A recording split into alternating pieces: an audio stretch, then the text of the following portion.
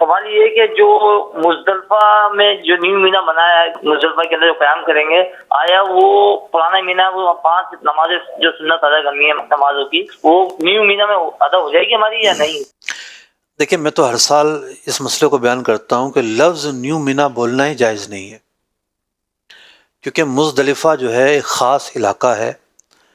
مزدلفہ ہی رہے گا، مزدلفہ کا وقوف واجب ہے، مزدلفہ کے اپنے فضائل ہیں، جو فضائل، جو اعمال، جو طریقہ مزدلفہ کے ساتھ ہے وہ مینا کے ساتھ نہیں ہے۔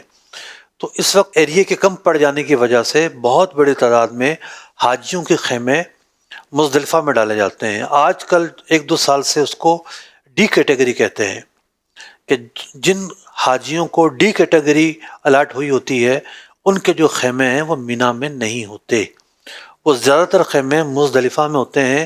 اللہ نہ کرے اس جگہ ہو کہ جہاں رکنے جائز، مطلب رکنے کی ممانعت ہے، کہ وہاں ایک عذاب آیا تھا، اس جگہ نہ ہو، اللہ کرے ایسا ہو، ویسے تو وہ جگہ خالی ہے۔